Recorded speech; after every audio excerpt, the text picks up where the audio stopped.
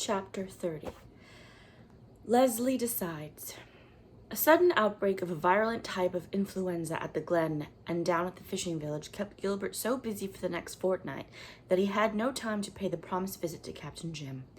Anne hoped against hope that he had abandoned the idea about Dick Moore, and resolving to let sleeping dogs lie, she said no more about the subject, but she thought of it incessantly.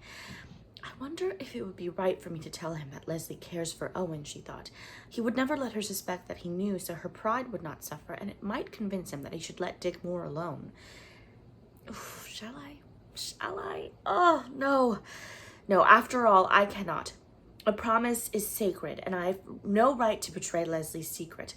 But oh, I never felt so worried over anything in my life as I do over this. It's spoiling the spring. It's spoiling everything. One evening, Gilbert abruptly proposed that they go down and see Captain Jim.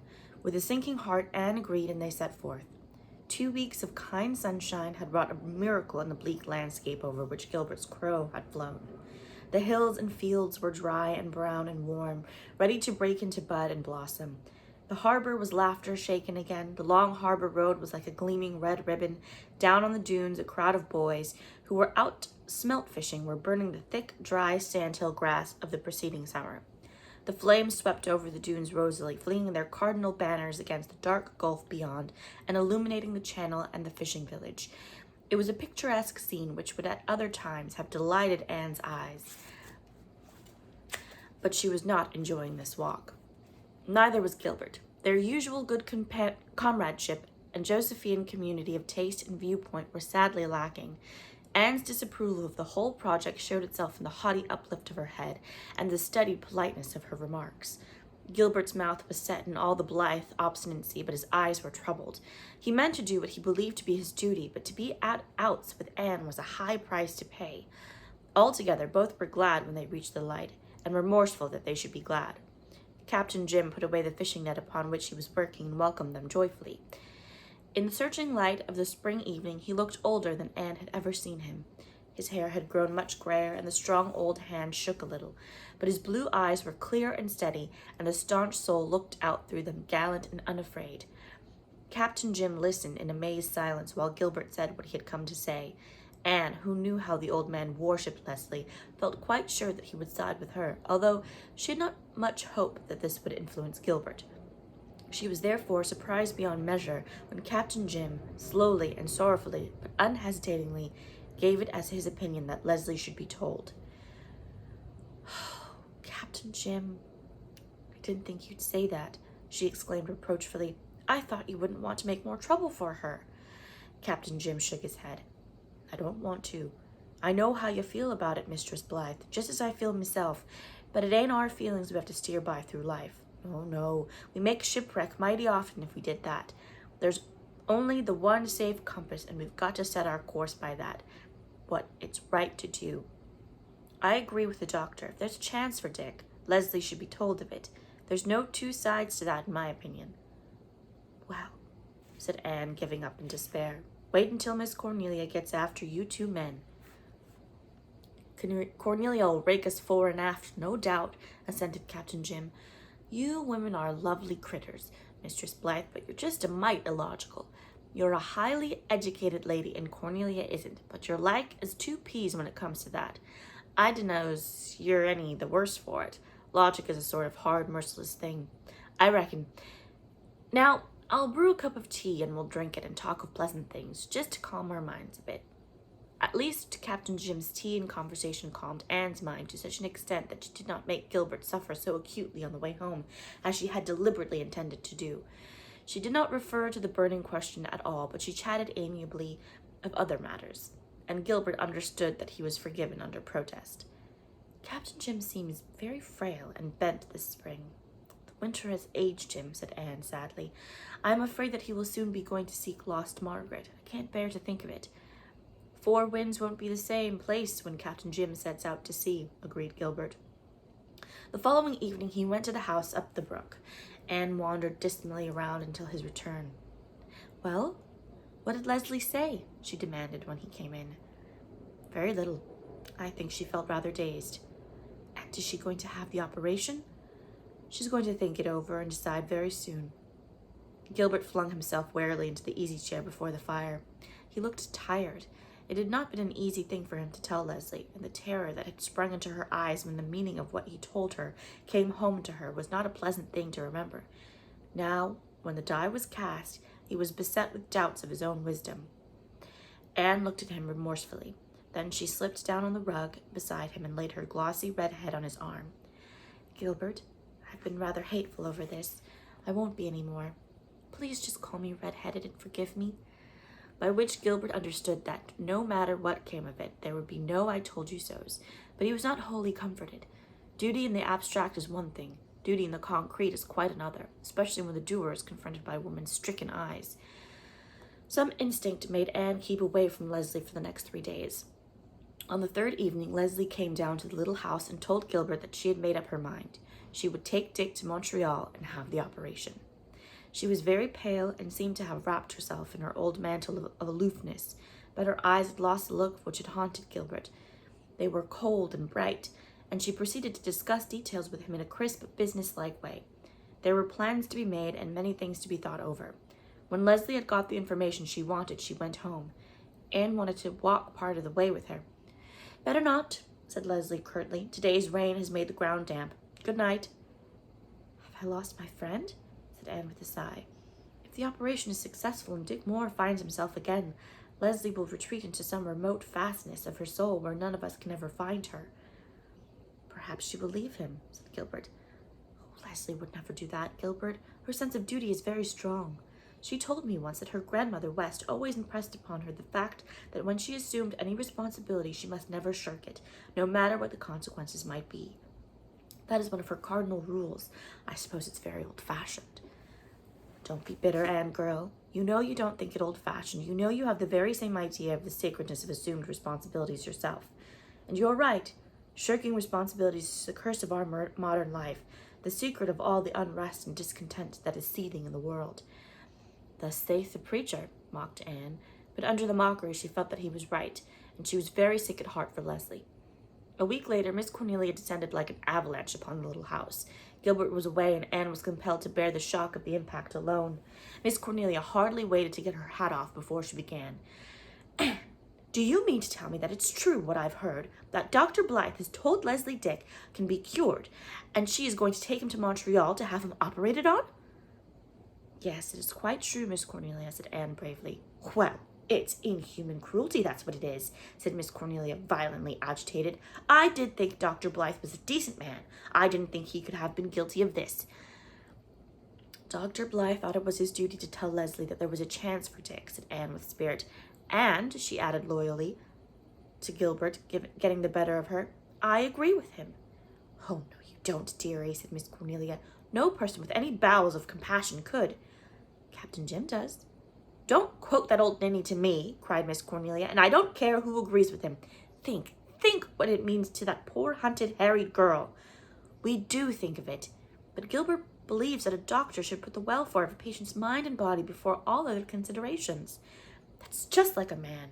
But I expected better things of you, Anne, said Miss Cornelia, more in sorrow than in wrath, when she proceeded to bombard Anne with precisely the same arguments with which the latter had attacked Gilbert, and Anne valiantly defended her husband with the weapons he had used for his own protection. Long was the fray, but Miss Cornelia made it an end at last. It's an iniquitous shame, she declared, almost in tears. That's just what it is. An iniquitous shame. Poor Leslie. Don't you think Dick should be considered a little too? Pleaded Anne. Dick Moore. He's happy enough. He's a better behaved and more reputable member of society now than he ever was before. Why, he was a drunkard, and perhaps worse. Are you going to set him loose again to roar and to devour? He may reform, said poor Anne, beset by a foe without and traitor within. Reform your grandmother, retorted Miss Cornelia. Dick Moore got the injuries that left him as he is in a drunken brawl. He deserves his fate. It was sent on him for a punishment. I don't believe the doctor has any business to tamper with the visitations of God. Nobody knows how Dick was hurt, Miss Cornelia. It may have not been a drunken brawl at all. He may have been waylaid and robbed. Pigs may whistle, but they've poor mouths for it, said Miss Cornelia. Well, the gist of what you tell me is that the thing is settled and there's no use in talking. If that's so, I'll hold my tongue. I don't propose to wear my teeth out gnawing files. When a thing has to be, I give in to it. But I like to make mighty sure first that it has to be. Now I'll devote my energies to comforting and sustaining Leslie. And after all, added Miss Cornelia, brightening up hopefully, perhaps nothing can be done for Dick. Chapter 31.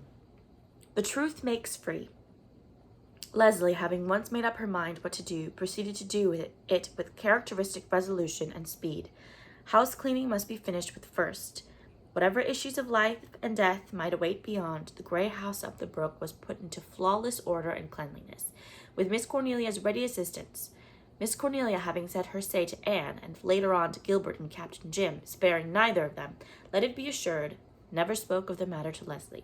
She accepted the fact of Dick's operation, referred to it when necessary in a business-like way, and ignored it when it was not. Leslie never attempted to discuss it. She was very cold and quiet during these beautiful spring days. She seldom visited Anne, and though she was invariably courteous and friendly, that very courtesy was an icy barrier between her and the people of the little house. The old jokes and laughter and chumminess of common things could not reach her over it. Anne refused to feel hurt. She knew that Leslie was in the grip of a hideous dread, a dread that wrapped her away from all little glimpses of happiness and hours of pleasure. When one great passion seizes possession of the soul, all other feelings are crowded aside. Never in all her life had Leslie Moore shuddered away from the future with more intolerable terror. But she went forward as unswervingly in the path she had elected as the martyrs of old walked their chosen way, knowing the end of it to be the fiery agony of the stake. The financial question was settled with greater ease than Anne had feared. Leslie borrowed the necessary money from Captain Jim, and at her insistence, he took a mortgage on the little farm. So that is one thing off the poor girl's mind, Miss Cornelia told Anne, and off mine, too. Now, if Dick gets well enough to work again, he'll be able to earn enough to pay the interest on it, and if he doesn't, I know Captain Jim will manage some way that Leslie won't have to. He said as much to me. I'm getting old, Cornelia, he said, and I've no chick or child of my own. Leslie won't take a gift from a living man, but maybe she will from a dead one. So we'll be all right as far as that goes. I wish everything else might be settled as satisfactorily. As for that wretch of a Dick, he's been awful these last few days. The devil was in him, believe me. Leslie and I couldn't get on with our work for the tricks he'd play. He chased all her ducks one day around the yard till most of them died, and not one thing would he do for us. Sometimes, he'll make himself quite handy, bringing in pails of water and wood, but this week, if we sent him to the well, he'd try to climb down into it. I thought once, if he'd only shoot down there head first, everything would be nicely settled. Oh, Miss Cornelia. Now, you needn't Miss Cornelia me, Anne dearie. Anybody would have thought the same. If the Montreal doctors can make a rational creature out of Dick Moore, they're wonders.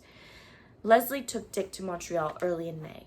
Gilbert went with her to help her and make the necessary arrangements for her. He came home with the report that the Montreal surgeon whom they had consulted agreed with him that there was a good chance of Dick's restoration. Very comforting, was Miss Cornelia's sarcastic comment. Anne only sighed. Leslie had been very distant at their parting, but she had promised to write. 10 days after Gilbert's return, the letter came. Leslie wrote that the operation had been successfully performed and that Dick was making a good recovery. What does she mean by successfully? Asked Anne. Does she mean that Dick's memory is really restored? Not likely, since she says nothing of it, said Gilbert. She uses the word successfully from the surgeon's point of view. The operation has been performed and followed by normal results, but it is too soon to know whether Dick's faculties will be eventually restored, wholly or in part. His memory would not be likely to return to him all at once. The process will be gradual, if it occurs at all. Is that all she says? Yes. There's her letter. It's very short. Poor girl, she must be under a terrible strain. Gilbert Blythe, there are heaps of things I'd long to say to you, only it would be mean. Miss Cornelia says them for you, said Gilbert with a rueful smile. She combs me down every time I encounter her. She makes it plain to me that she regards me as little better than a murderer, and that she thinks it is a great pity that Dr. Dave ever let me step into his shoes.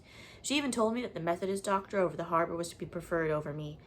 With Miss Cornelia, the force of condemnation could no further go. If Cornelia Bryant was sick, it would not be Dr. Dave or the Methodist doctor she would send for, sniffed Susan. She would have you out of your hard-earned bed in the middle of the night, doctor, dear. If she took a spell of misery, that she would. And then she would likely say your bill was past all reason, but do not you mind her, doctor, dear. It takes all kinds of people to make world. No further word came from Leslie for some time.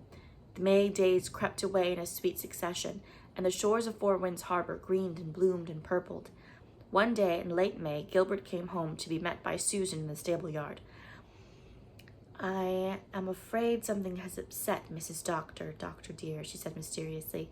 She got a letter this afternoon, and since then she has just been walking round the garden and talking to herself.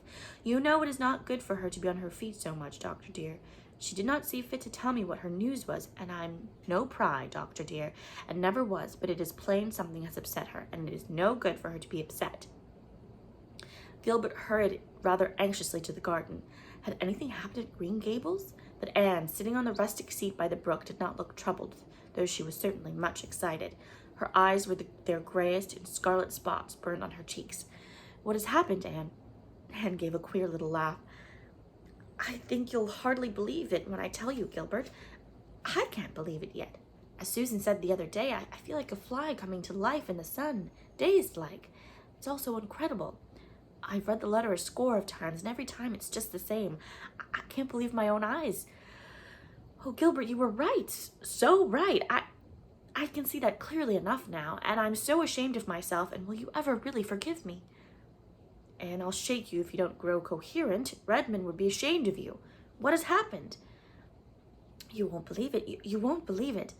I'm going in to phone for Dr. Dave, said Gilbert, pretending to start for the house. Sit down, Gilbert. I'll try to tell you. I've a letter. And, oh, Gilbert, it's all so amazing, so incredibly amazing. We never thought, not one of us ever dreamed. I suppose, said Gilbert, sitting down with a resigned air, the only thing to do in a case of this kind is to have patience and go at the matter categorically. Whom is your letter from? Leslie. Oh, Gilbert. Leslie? Oh, what is she to say? What's the news about Dick? There is no Dick. The man we have thought Dick Moore, whom everybody in Four Winds has believed for 12 years to be Dick Moore, is his cousin, George Moore of Nova Scotia, who it seems always resembled him very strikingly. Dick Moore died of yellow fever 13 years ago in Cuba. Oh, I did not see that coming.